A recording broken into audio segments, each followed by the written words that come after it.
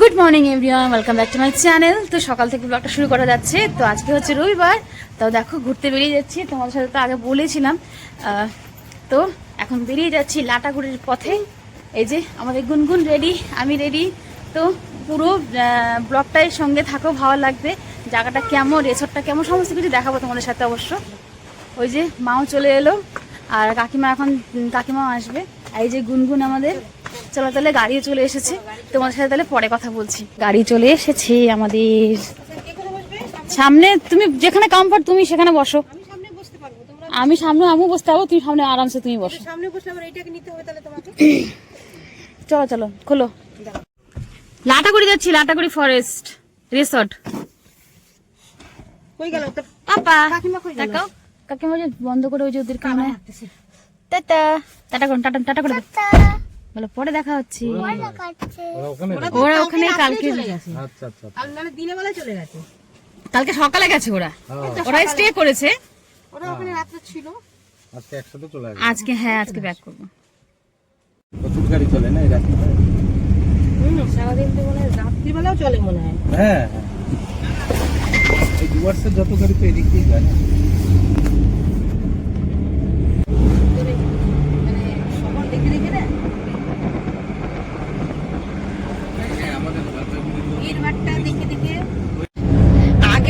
কিন্তু তোমার পরিবেশ খারাপ না, আগে হলো টুরিস্টের।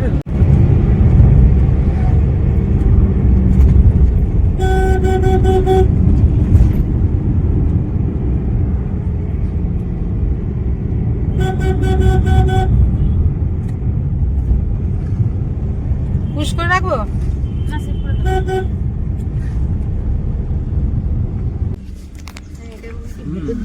এই যে বাড়ি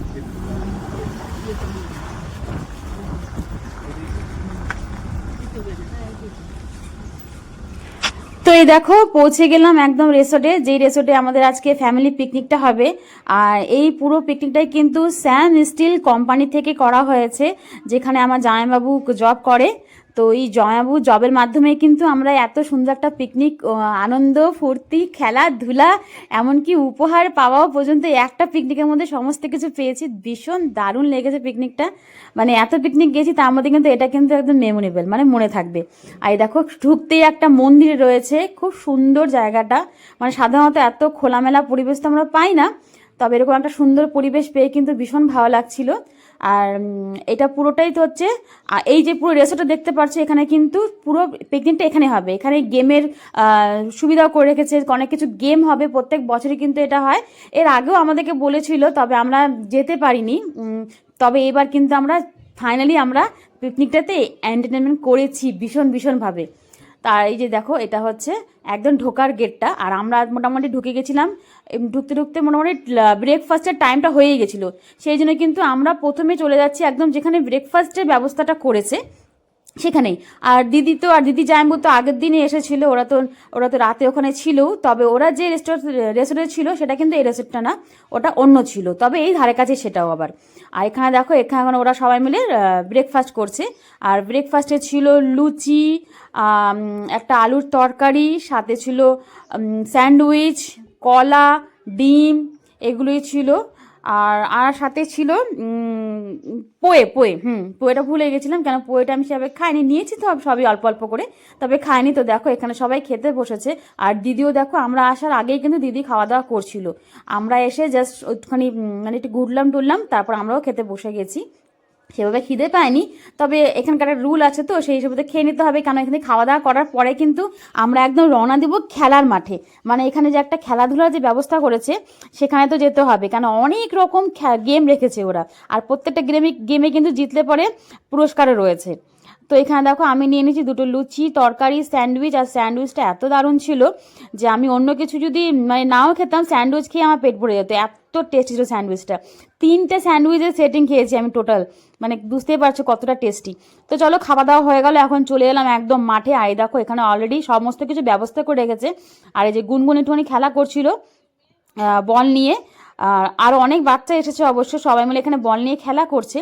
আর এখানে দেখো এখানেও কিন্তু বসার জায়গা করেছে, আর শুধু বসার জায়গা না, এখানে ফুচকা রেখেছিল, তারপরে পাপড়ি চাট, এই সমস্ত কিছু ব্যবস্থা ছিল। সেটা ছিল ওই যে বসে আছে যে সবাই তার পেছনে। আর এখানে কিন্তু প্রচুর গান বাজছিল, দারুণ দারুণ, মনে হচ্ছিল ডান্স করি, তবে ডান্স আমি করছিলাম না। আর এখানে কিছু ভয়েস আমি রাখতে পারিনি ওখানকার, কেননা পুরো কপিরাইট পড়ে যাবে, কারণ পুরো গান বাজছিল বলে। আর দেখো গুনগুন তো খুব খেলা করছে। আর এখানে যে দেখতে পাচ্ছে বাচ্চাগুলো, ওরাও কিন্তু সব এখানকার যে ডিলার রয়েছে আর কি, স্যাম স্টিল কোম্পানির যে ডিলার, তাদেরই বাচ্চা এরা। তো যাই হোক, এখানে দেখো এত রোদ উঠেছিল যে আমাদেরকে তো গরম কিছু পরতেই হয়নি। আর আমি যে ড্রেসটা পরেছি ওটা কিন্তু একটু গরম কাপড়েরই, তার জন্য বেশ ভালোই লাগছিল। তো যাই হোক, ওভারঅল কিন্তু বেশ মজা করেছি। আর আমি তো অনেক কটা রাউন্ডে জিতেওছি। টোটাল গ্রুপের গেম হয়েছে দুটো, তার মধ্যে আমি দুটোতেই জিতেছি, দুটো মেডেল পেয়েছি।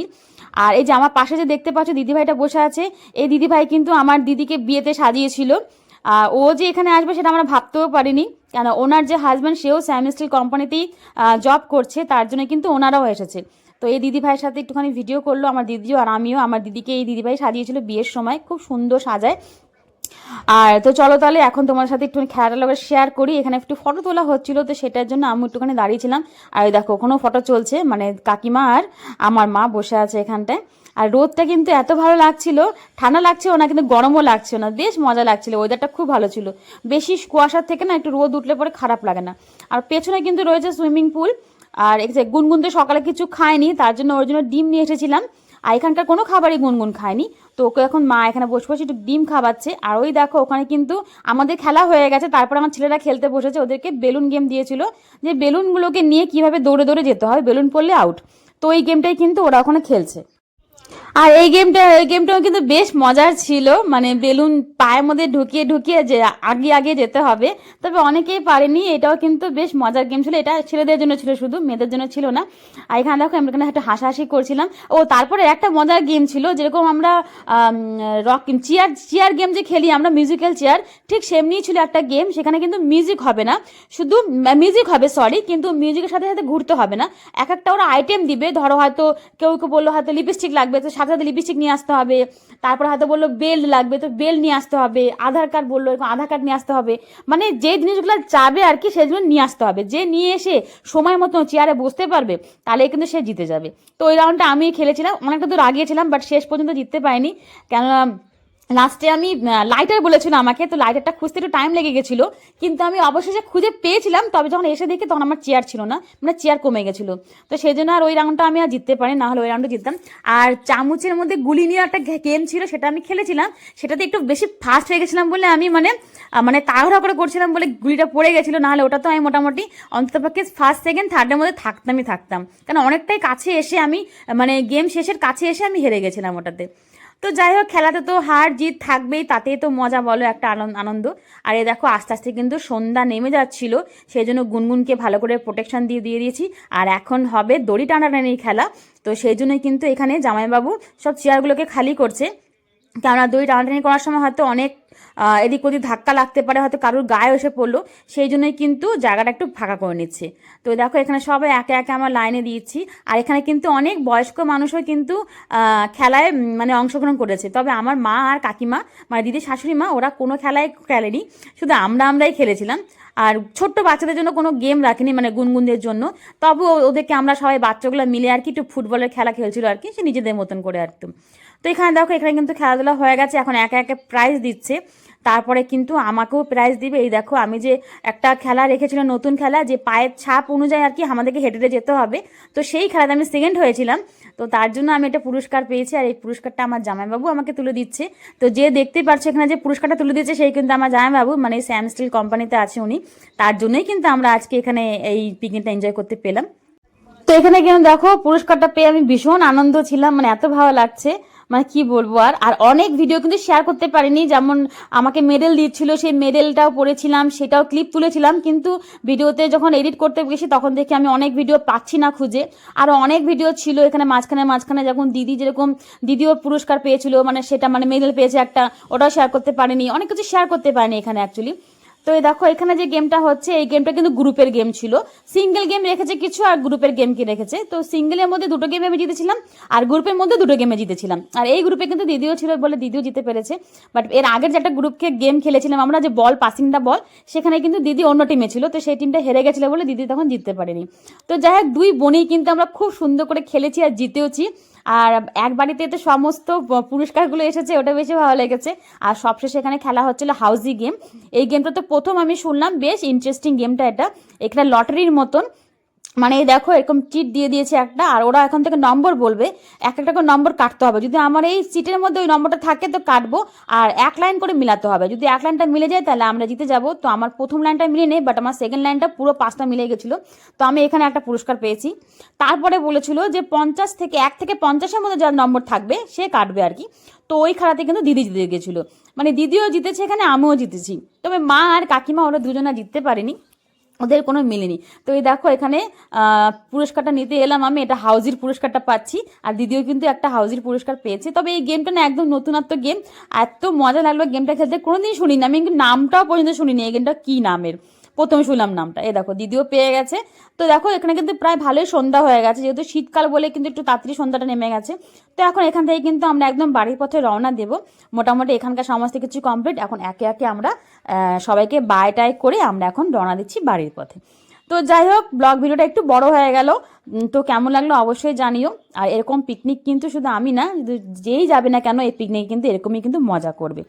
তো যাই হোক তোমরা সবাই ভালো থেকো, সুস্থ থেকো, তোমাদের সাথে নতুন ব্লগ নিয়ে আবারও দেখা করব। সকাল থেকে নিয়ে এখন বাজে, এখন কটা বাজে দাঁড়াও দেখি, এখন বাজে 5টা 35।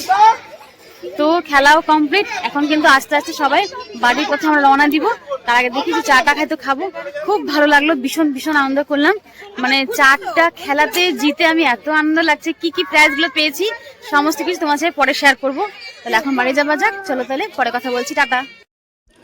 তো এই দেখো গাড়িতে বসেও গেছি, আর রাস্তাটা এত সুন্দর রাস্তা কি আর বলবো। সবচেয়ে বেশি ভালো লাগলো রাস্তাটা, একদম সুন্দর লাগছে বেশ। তো তোমার সাথে সেই রাস্তাটা ভালো একটু শেয়ার করি। তো দেখো এমনিতে তো সন্ধ্যা সেরকম হয়ে গেছিলো, কিন্তু মানে এত ফাঁকা ফাঁকা থাকবে ভাবতেও পারিনি, অনেক ফাঁকা ছিল। দেখো রাস্তায় কিন্তু সেরকম লোকই নেই, যে কয়েকজন লোক যাচ্ছিল মোটামুটি কিছু পিকনিকের লোক যাচ্ছিল তারা এসেছিল, এমনি কিন্তু লোক সেরকম নেই। আর রাস্তাটা কিন্তু অনেকটা বড়। তো যাই হোক এখন কেমন এখানে রাখছি, সবাই ভালো থেকো।